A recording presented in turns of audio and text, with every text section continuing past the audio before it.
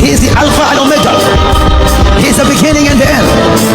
Who was, who is, and is to come. The Lord Al-Ja'um, who is very faithful from the very beginning and to the end.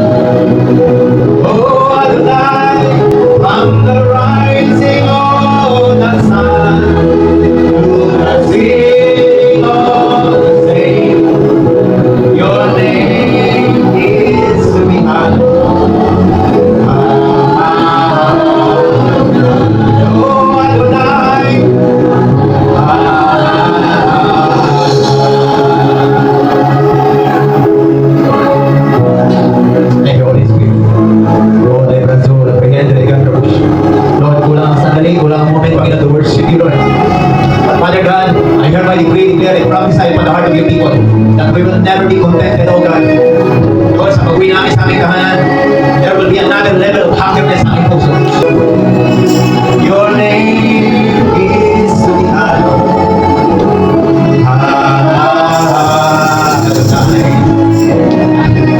I pray kami, I miss that moment.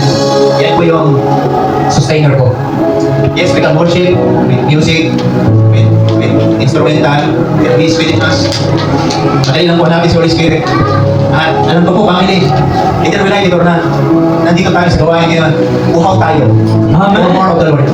Out of many, marami tayong mga natutunan, marami na tayo narinig ng mga sermon, naranasan sa mga worship, but always discover the Lord from within us.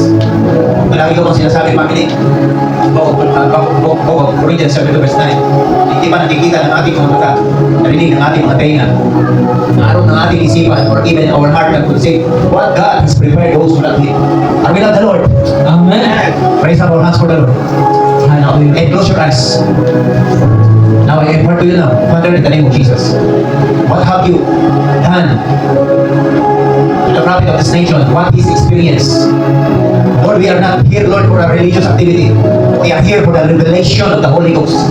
Or we must say, now, Father God, kung ano po Panginoon ang revelation of the prophet that is downloaded on me, now imparted unto them, O God. That hungerness, yung uhaw na yan, alam niyo po, family, pwedeng mawala ang lahat, huwag lang yung uhaw. Everything in this world will fade away, but the Word of God still remain. Hindi po pwedeng pagsakuan ang salita ng Panginoon. It is our sustainer, the Word of God. That the Word of God will magnify in us, that becomes our food. No sickness, no situation can stand in the Word of the Lord. Hallelujah. Palpahan natin ang Diyos sa buhay. Hallelujah. Praise the name of Jesus. Hallelujah. The best clap that we can give to the Lord. Okay, kaya gusto ko na marami tayong pamilya hindi nakarating. Kami kahapon, pinunta kami dalawang family na tagal hindi nakasama. And when we come there, talagang they are devastated. Isa napuntahan namin, nakahiga lang. Nandun kami, pinag-pray namin. Sabi ko, painumin ang drinking water, pumayay lang, pagkamon na yan. Hindi pa rin bumangon. Doon na lang ginawa, pinuntahan na doon sa loob ng sa loob ng kama.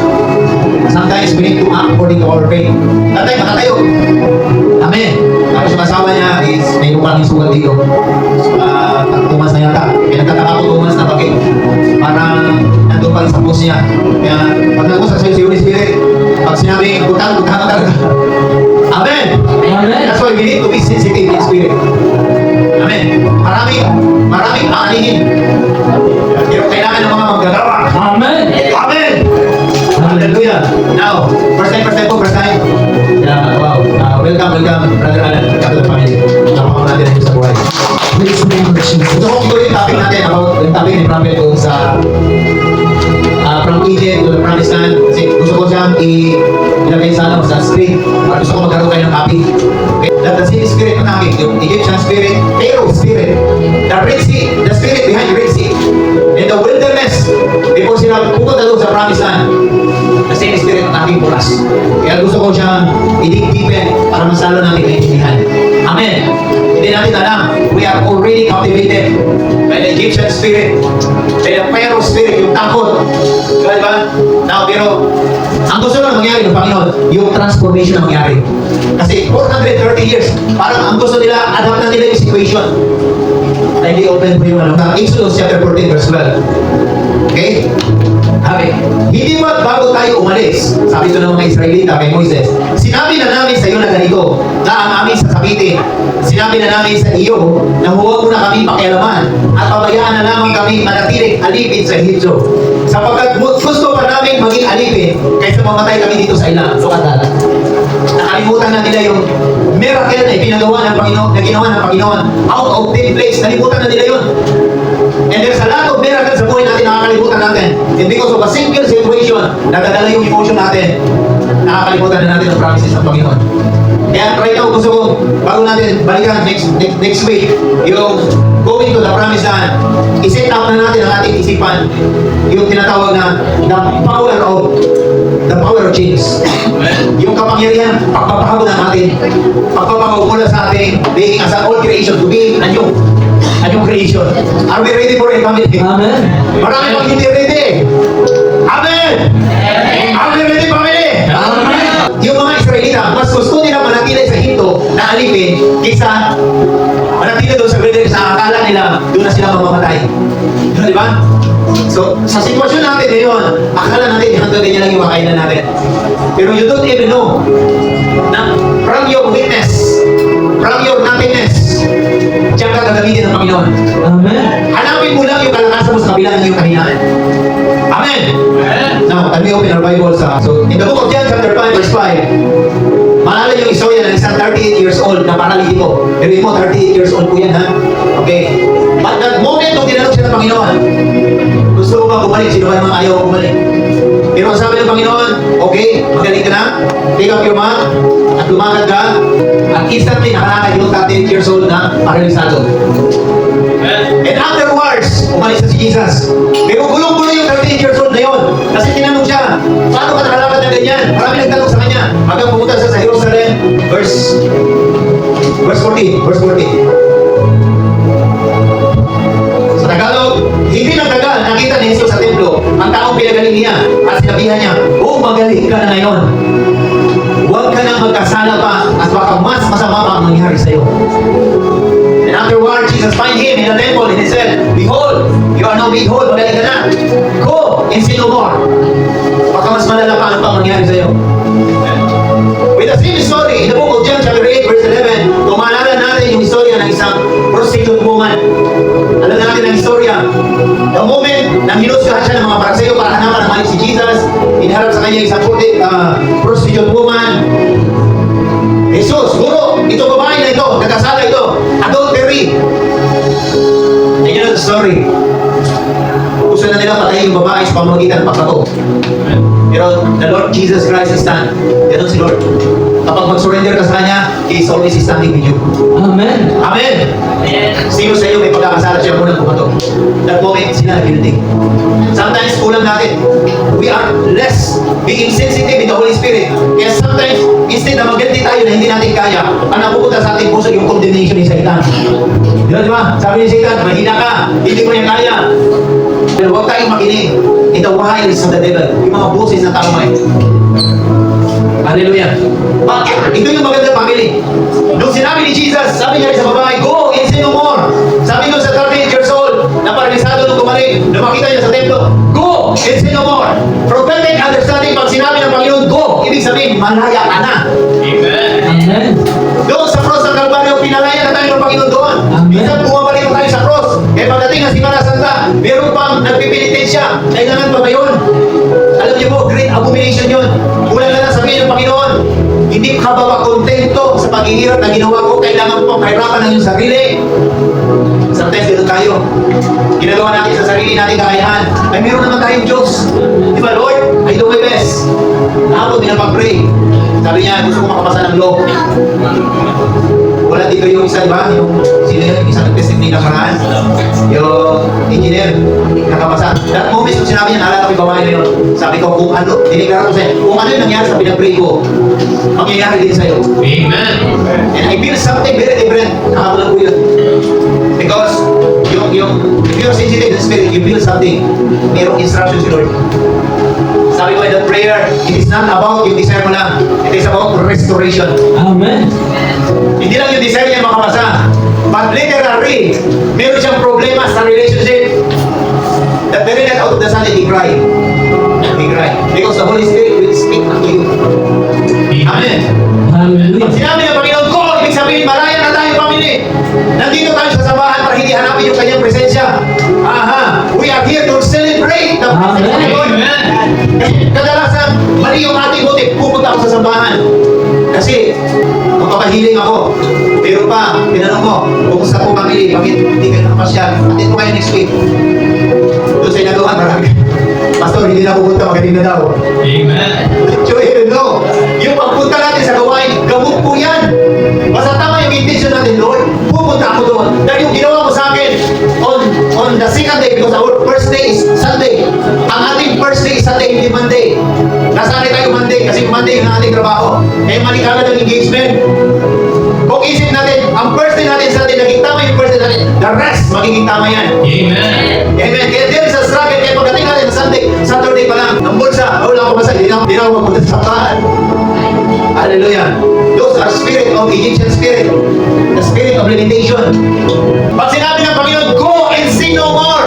Posible. Posible, pamilya. Amen. Posible. Hindi pwede magkamali yan. Pag sinabi ng Panginoon, go and sin no more, pastor, imposible mangyari yan. Pagkakasala pa rin ako. Kaya na sinabi ng Panginoon, manaya ka na. Magdalena, yung prostitute, ikaw na 30 years old ng pilay, malaya ka na. Huwag mo lang gagawin ulit yung kasalanan naging dahilan kung bakit ka naging ganyan. Kasi mas malala pang mangyayari sa'yo. Amen. Ibinigay po ng Panginoon yan, is a warning po yan, family. Warning bakit po? Kasi that moment yung babae, yung prostitute woman, nung sinabi ng Panginoon ko, umalis din siya.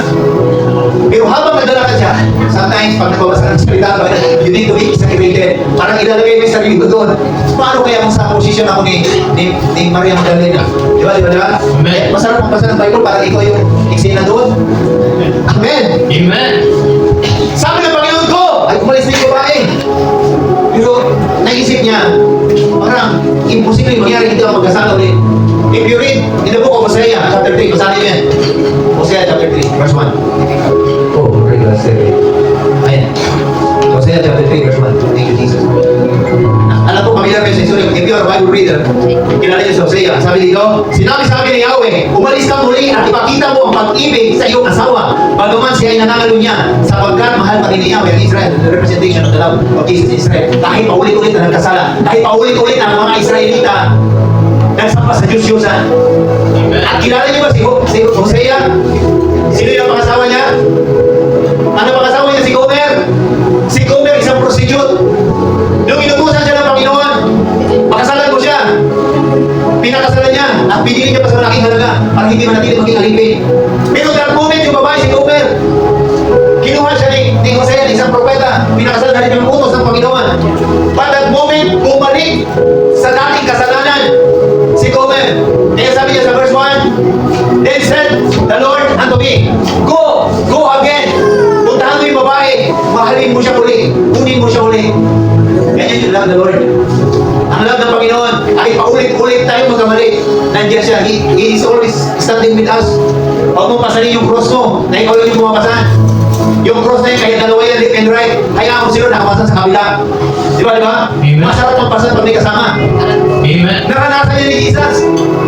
Di ba? Alam niyo, story family, before we will go doon sa final destination niya kung saan, pasan-pasan niya yung cross. Nagpadala ang ama ng isa, nagpadala ng katuwag niya. Kasi physically, he is already dead. Alam ng ama na hindi niya nakakayanin. Pero that time, nagpadala ng katulong ang ama. At doon, papunta siya doon. Amen. Ang motivation ni Jesus, hindi yung naranasan niya. Lagi siya nakatingin doon sa finish line. Minsan doon sa, kung ito yung starting point natin, it's okay. Magsimula tayo. Ito yung finish line natin. But on the middle, there is a gap. There is a challenge. Ang dami yan. Amen, amen. Amen. Eh, pag sinabi ng Panginoon ko, malaya ka na. Pag sinabi go, it's inuman, kahit ang prostitute woman, hindi niya lumabas pa isip, hindi ko kakayanin ito. Kaya instead na patuloy siyang lumayo, babalik siya kung sino yung nagsabi sa kanya. Paano kaya nasabi ng guro na yon ni Jesus? and sin no more. Sa atin, limitado yung isipan natin, question mark. Ang hirap magkakasala, mamaya ka magkakasala na tayo mamaya eh. Kasi, do you know the story of Magdalene? Isa po siya sa kasama sa mga 12 disciple na kung saan, bukod sa 12 disciple, lagi siya sunod-sunod kay Jesus. Ngayon, kung puputulin natin ang connection natin kay Lord, puputulin natin ang connection natin sa bawat isa, literally, mahirap po, lalo na sa last race na yun. It is last race. Kaya meron tayong tinatawag na physical connection. Ito, huwag natin hayaan yung pagtitipon ng ganito.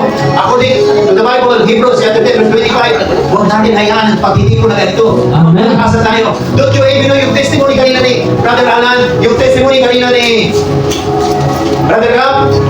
It become my strength. Habang nakikinig ako dyan, Lord, thank you, Lord. Hindi po biro yung nangyari sa tatay niya. Galing pa po yun, Cagayan Silio. Galing na Cagayan Silio, 3 araw nang hindi nakakadumi, bloated na dyan. So, it is an emergency. Kahit yung midwife doon sa sinamahan sila papunta dito because they are taking up maybe ano mangyari between sa gap na yan. And then, nalaman ni Gab, dahil sinabi kay Brother Raymond, kaya importante yung communication natin sa bawat isa. And then, out of the sudden, nandun na sa hospital pagkahapon, punta kami doon mismo. And we declare the word of the Lord. Amen, amen.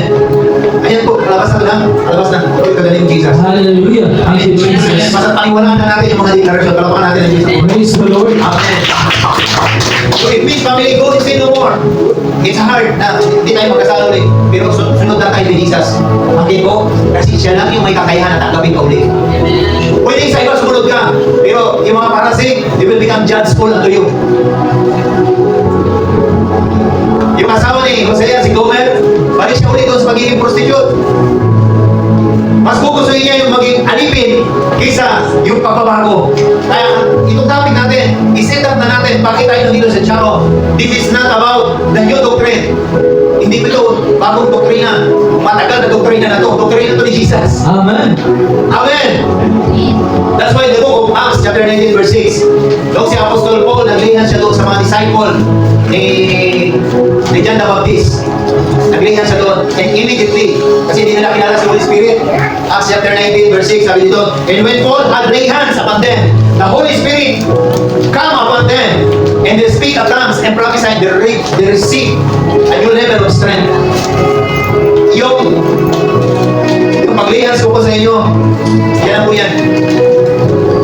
Sometimes we are so much exaggerated na kumbaga pag nalihans, akala natin full package na magiging katulad rin ako ni Prophet. Hindi po. There's a process. Mayroong proseso yan. Amen. At si Lord mahilig sa proseso. Hindi tayo binibigyan ni Lord. Kung yung mga Israelita hindi nga binibigyan ng Panginoon eh. Di ba? Supposed to be dapat dadaritso sila doon sa promised land. Pero ano nangyari, sabi ng Panginoon, kung dadaritso sila doon at malaman nila, mas matindi yung kakalabanin nila doon sa promised land, nandoon yung Amalekites, Jebusite, Parasite, lahat ng Parasite. Baka maisip nila, balik na sila ulit sa promised land, ay sa Egipto. Kasi ang pinakamatinding kalaban nandoon sa promised land. Hindi ibig sabihin na sa jawab tayo, ay, okay na, nakajawab ako, Kristuhanan ako. Hallelujah, thank you Jesus, praise the Lord. But we need to maintain yung tinatawag nating connection. Amen. Without connection, we were easily defeated by the enemy. Madali Hallelujah. tayong ma-defeat ng away. Lalo na nag-move tayo sa healing and deliverance. Di ba? Yung pinuntahan mo with 2 months na. Walang sama-sama yun. And nung nakita ko yung situation, hawak-hawak ako family. Kasi hindi lang isa may sakit. Dalawa may sakit. Hindi pa kami mga kupa. Di ba? That's why lahat tayo kailangan mag-arise. Hallelujah. Palapakan natin dito sa buhay. Hallelujah. Praise the Lord. That's why, nandito tayo sa buhay, we are not preaching yung tinatawag na sugar-coated words. Kumbaga, pag sinabi sugar-coated words yung, pag alam mo na nagkamali, kung ilan niya patuloy ka lang magsamba, patatawarin ka ni Lord. Pag may sakit, okay lang yan, brother. Manampalataya ng kayo, Lord, gagaling ka rin. Those are sugar-coated words. Be careful with that kind of words. Kung mababasa natin, Matthew chapter 8, verse 7 to 8, the kingdom of God is at hand. Heal the sick, cleanse the river. It's not about physical healing. Ang unang kailangan mahil sa natin yung inner din natin. Yung soul natin. Amen. 3 John, chapter 1, verse 2. Hallelujah.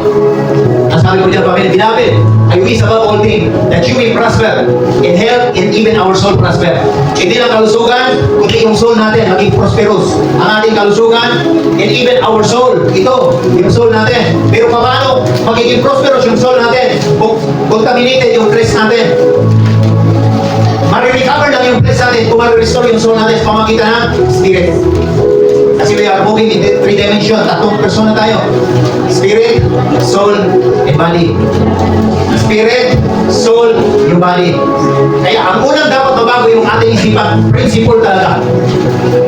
Yung nakikita nyo sa media, hindi po lahat doon. Yaong talaga yun. Pero yung na-adapt mo talaga yung doktrina at ang hahawakan mo yung salita ng Panginoon, yan ang tinatawag na doktrina ng Kristo. Amen. Amen. Kung gusto natin ang pagbabago, yung power of change, kailangan i-check natin itong walong bagay na ito. Una, nandiyan yung salvation. Ibig sabihin, mananampalataya ni Kristo, nandiyan ang salvation. Pangalawa, nandiyan yung tinatawag na salvation of flesh. Di ba? Pag sinabing salvation of flesh, dapat hindi hindrance yung karamdaman ng sakit para ipalaganap yung salita ng Panginoon. Ang dami ng sample sa social media ngayon. Naalala niyo isang Australiano na putol ito, pero speaking the word of the Lord. Siya nga hindi kompleto, pero he shared the word of the Lord. Sometimes we are dry because hindi natin na-share ang salita ng Panginoon.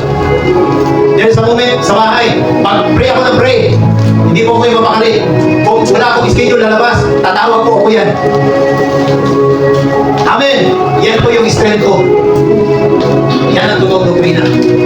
Amen. Amen. Matthew chapter 28 verse 20. Ang sabi doon, family, and lo, I am with you until the ends of the earth. Matthew 28 verse 20. Hallelujah. Glory to Jesus. Teaching them to observe all things. 19. Thank you, Jesus. Okay. Go therefore and teach all the nations. Okay, once nakashare ka ng salita ng Panginoon, baptize them in the name of the Father, and the Son, and the Holy Spirit. That's why kung meron kayong mga kakwentuhan, i-offer niyo yung panalangin. Pwede pa kitang ipag-pray, brother, before tayo magkahiwalay. Pag nag-offer ka ng panalangin, malalang mga up to 100%, mga 5% lang yung natatanggi. Diba? Hallelujah. Offer ng panalangin. Pwede pa kitang ipanalangin. Baptize them in the name of the Father, the Son, and the Holy Spirit. Lord, thank you. The life of that person right now, I speak divine connection unto them. Hallelujah. Ito, nakakaroon ng kapangyarihan ang iyong mga salita. Why? Bakit? 20. Dahil ang sabi ng Panginoon, oh, hallelujah. Teaching them to observe all things whatsoever I have commanded you. And lo, I am with you always, even unto the ends of the world. Sino yung tinutukoy niya, family? Yung gumagawa ng kanyang kalooban, yung nag-share. Kaya pag nagiging stagnant yung ating mga bibig, yan mismo minsan nagiging curse yan. Kung hindi salita ng Panginoon ang lalabas dito, anong salita? Dalawa lang yan. Kay Lord o salita ng Marisol, Marites. Ay, meron pa, Marisol-sol. Marisol na naliting. Marisol. Meron pala, Marisol-sol. Sinusol ang marami, nagdagan mo, tinatuman pa. Diba? Kailangan dito talaga mga word na lalabas dito. Word of wisdom. Amen, amen. Amen. Check this out. Kailangan nandun yung tinatawag na salvation of our soul. Pangalawa, salvation ng ating flesh. Kasi kung ang mayroong gawain, nakikita natin, hindi po lahat ng nalians ni Pastor gumagaling agad. Hindi po lahat. Sometimes to other ways. Sometimes may natuturo si Lord sa akin. May tinuturo din doon sa pinapagaling. Amen. To other ways. Important yung communication. Pangatlo, nandiyan yung joy. Dapat hanapin mo yung sinasabi, kasiyahan sa pagsamba. Hindi yung kasiyahan sa mga material na bagay. Danas na po yan ni Pastor. Naranasan ko na magkaroon ng marami. Naging dahilan, kundi pa masira ang aming pamilya. Hallelujah. That's why hindi curses ang pagkakaroon ng marami. Actually, blessing yan. Pero curses din pag kinakapos. Kailangan tama lang. Ibig sabihin, family, the spirit of contentment nandyan. Meron o wala sa samba ko sa Panginoon. Amen. Yan yung tinatawag na kasiyahan sa pagsamba. Pag hindi mo pa nararamdaman, wala pa sa iyo conviction ng pagbabasa ng salita ng Panginoon. Wala pa sa iyo conviction ng pagsamba. Ibig sabihin, hindi mo pa nararamdaman sa tutuyo eh. In the midst of the challenges, ito dapat yung masisipan natin. Ito. Amen. At yung kabutihan na gawa ng Panginoon on the cross. Hallelujah. Pangapat, dapat nandiyan yung kapayapaan. Hanapin talaga ang kapayapaan. Ang kapayapaan hindi makikita yan sa tiyao. Saan makikita po yan? From within you. Ang charge ko, tumutulong lang yan to discover ourselves. Last Sabado, kahapon, nag-usap kami, sharing kami, magkasama mga worship team. Pero kami tanong, ang tanong, sino ako? Who am I? Di ba? Dami ng mga sagot. Tama lahat ng mga sagot natin. But we always forgot. Si Jesus, nandito sa atin. The fullness of God, nandito sa atin. Ang kailangan natin, i-discover natin siya. I-discover natin siya. When it comes to salvation of blessing, ibang usapan na yan. Eh, nandito tayo sa healing and deliverance. Dapat naisip natin, ako rin, magpapagaling. Ako rin, pero hindi ka magpapagaling kung kailangan matutunan may tinatawag na self-healing. Self-healing. Kaya ito sa GC natin, lagi ako nagsisend ng mga verse. Kainin niyo po yung verse na yan, paulit-ulit. Sapagkat sa kanyang mga sugat, ako ay magaling na. Yan. Amen. Hallelujah. Na masayahin puso, higit pa sa anong gamot. Kung ang salita ng Panginoon, yan agad natin lumalabas sa ating bibig. I tell you, there's a change in the realm of the Spirit. Amen. Pangatlo, kasiyahan, joy. Pangapat, peace. Panglima, family. Ayan, we are family. Maliban na lang yung iba. Ang itinuring sa atin, hindi family. We are one in family. Amen, amen. Amen. Baka dito, nagbabatihan tayo. Welcome to the family. Welcome to the... Baka pagdating dito sa labas. Wala. Parang natingin lang. That's why, bakit tayo nag-welcome to the family? To familiarize our faces. Parang hindi ko alam yung mga pangalan ng bawat isa sa atin. But when we see the face of us, alam niyo po, family, yung picture natin dito, marami tayo, inisa-isa ko yan. And then something, God revealed to me, Lord, I remember this declaration, pinitawag ng babae ito, Panginoon, dito sa lalaki ito. And God's remind me, okay, contact him. Ganun po, family.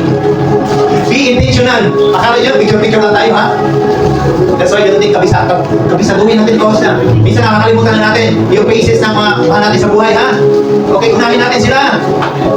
Amen. Kahit mas malayo sila, ang panalangin natin, there is no distance in prayer. Amen. Amen. Yung testimony ni Brother Alan, di ba? Rupon ko lang po yun eh. Basta maniwala lang talaga, basta sakto lang talaga ang anointing, pasok talaga yan. Di ba? Hallelujah. Nandiyan ang ministry. Ibig sabihin, hindi po ito ministry lang ni Pastor. This is the ministry of the Holy Ghost. Amen. Wala akong kaugnayan sa ministry. Actually, may revelation si Lord sa akin. Time will come, marami tayo. But that moment, time will come. Prepare yourself. You have more time sa kanila. I'm a jealous God. Kaya kailangan po, family, importante, i-connection natin sa Panginoon.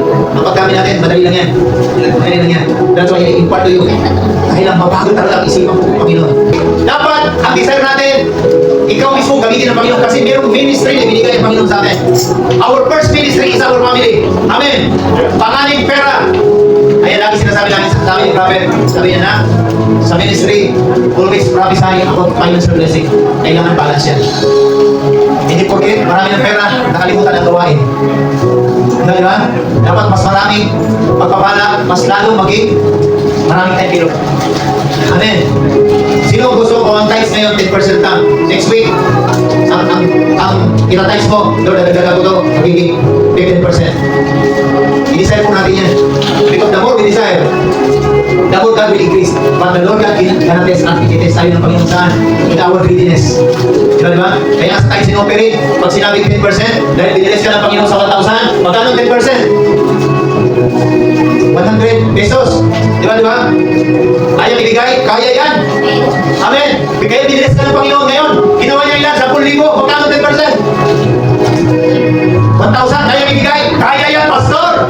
Kaya diniless ka ng Panginoon. Ginawa niya 50,000. Uy, grabe. Nagkaroon ng favor sa trabaho. Naging 50,000 ang sahod sa isang buwan. Magkano ang 10% ng 50,000? 5,000. Ayaw ibigay. Pastor, malaki na to ah. Pakisang buwan ang konsumo na to. Pero binigay mo pa rin. Pinrest ka ng Panginoon. 100,000. Nung kumita si Pastor na 100,000 plus, doon po masira ang pamilya mo. Nung pinrest ka ng Panginoon, magkano 10% 100,000? 10,000. Kaya? Pastor, iba na yan. Malayo na mararating dito. Kaya, Lord, 5% daw na. Yung 5% itutulong ko rin ito sa iba. Kanya na ko dapat magbigay. But in Jesus, the Alpha and Omega Ministry, ang tinuturo dito, generosity. Lagi ko kung sinasabi sa iyo, ang book of Old Testament. Alala mo yung tanong ni, ito, nagtanong sa akin. Ito yung brother natin. Nagtanong sa akin. Kasi, about yun sa lives. Ngayon, masasagot yung tanong mo. In the Old Testament, mababasa mo ang 10%. biniless ng Panginoon sa Abraham. But the moment of bless ng Panginoon sa Abraham, tinig siya ng Panginoon ngayon. Kasi napatulunan nila sa laban. Nung encounter niya si Melchizedek, ibinigay niya yung ikasampung bahagi na kanyang nalikog, kayaman. In the book of Genesis, pagdating sa last book ng Old Testament, in the book of Malachi, chapter 3 verse, pamilyar kayo dyan. Ibigay Diyos sa Panginoon ang ikasampung bahagi ng iyong kita. Malachi 3:10. Upang ang durungawan ng langit. Di ba? Ibang preacher, kanyang talaga yan. Uy, durungawan ng langit. Kaya 10% bigyan natin. But if we lang of principle, this is not about 10%. Ang hinihingi lang ng Panginoon, 10% na eh. But pag sinabing 10%, corrupted na tayo dyan. Pag sinabing 10% part of you. Hindi lang yung pera, 10% of your time. Sa 24 hours, ilan ang 10% dyan? 2.4. Nabibigyan ba natin sa Panginoon? Nabibigyan ba tayo ng word? Kaya nga, madalas ko sinasabi, meditate more than you pray. Meditate the word. Oh, thank you Lord. Amen. Pero pagdating ng New Testament, wakin na 10%. It is generosity. In the book of Acts chapter 2, ano pong nangyari, family? The moment they encounter Jesus, sila mismo, binitay yung yaman nila, ibinahagi yan. Baka message niya, binitay nyo na yung babae nila. At pagkatapos ibinahagi doon sa mga nangangailangan. Bakit ko nagawa nila yung family? Because they are become the witness. The witness. When you have become the witness, 10% hindi mo iniisipin. You give more. Isa nga wala pa eh. Isa sa negosyo namin, Lord, kasi nangako sa Panginoon, Lord, kinikita, wala, ito yung ibigay ko. Then I keep my promise, ibigay ko sa Panginoon. Hallelujah. Kung gusto natin ang pagpapala, number 1 yan, kailangan pagbibigay talaga. Amen? Amen. Because the Lord God gonna test our greediness. It's not about the amount. It's about the foundation of our mind. Lord, ano yun mo yung 10%? Ano yun mo yung 20%? Kung corrupted yung heart mo. Kaya kapag walang pera, high blood ang tao. Pag may pera, high blood pa rin. Kaya minsan naiisip natin, parang okay lang may pera. Kasi pari-parehas lang eh. Parehas may sakit eh. Kaya yung standard ng pagtingin natin ngayon. Di ba? Yung mayaman, yung katamtaman, yung kapos. Kaya yung kapos, ang tingin na lang, yung sa mayaman. Kasi di ba mamatay, basta't hindi. Di na mata. That's why the moment na nagkaroon ka ng kalakasan, nagkaroon ka ng bagong enlightenment, isa lang ibig sabihin yan, bumalik ka sa tamang pagsamba. And that is what is Jacob is all about. Jesus, the Alpha and Omega, ibabalik tayo sa tamang pagsamba. Napaka natin ang Diyos sa buhay. Praise the Lord. I-change natin ang ating habit. I-change natin ang ating mga salita. Hindi na kailangan ibaguhin ang ating kaisipan, ang ating salita. Ang sinabi ko kanina, those who control emotion will control the situation.